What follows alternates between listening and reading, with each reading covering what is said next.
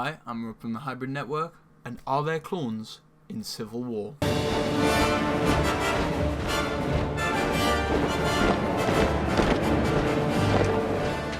Well, as you all know, in these videos I speculate something about an upcoming MCU film. This week, I wonder if Civil War might have a clone in it.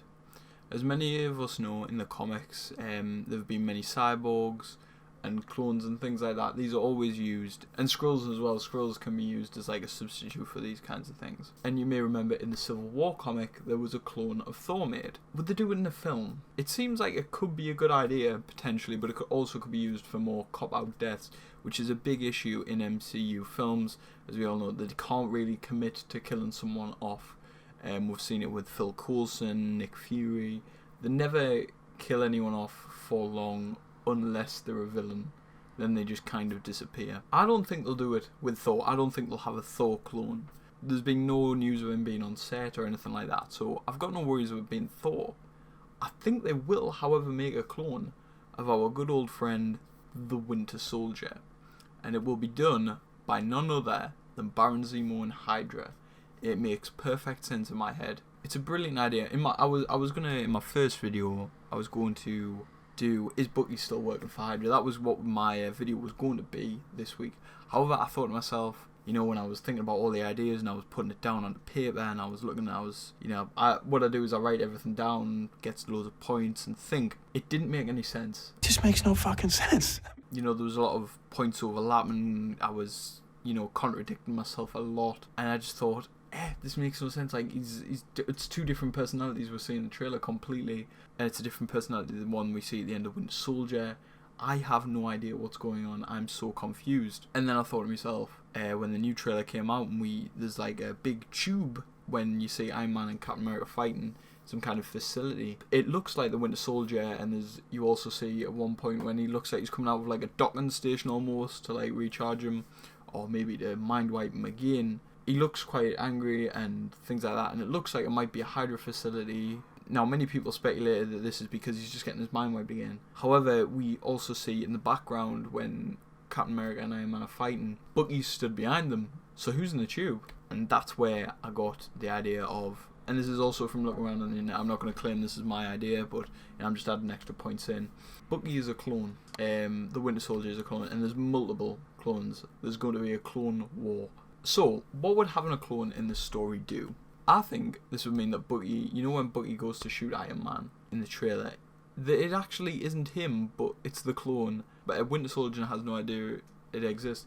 And when he finds out, this could cause even more issues for him. Like, is he actually the original Bucky, or did he just die and they created the clone, or did he die long ago?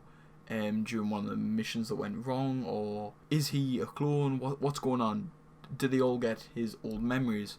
I think that would make the story even stronger, because the emotion behind it would be so much more impactful when, you'll see Captain America just look him dead in the eyes and go, I'm with you till the end of the line. Because he's not letting Bucky go. He's got his friend back. He doesn't care if he's a clone because, he's there for him. I don't think that this Bucky will be a clone, but, there's that issue. I think they'll find out that the clones are like just robots. If he is a clone as well, the thing that is keeping him human and not just one of these Hydra controls dummies is Cap.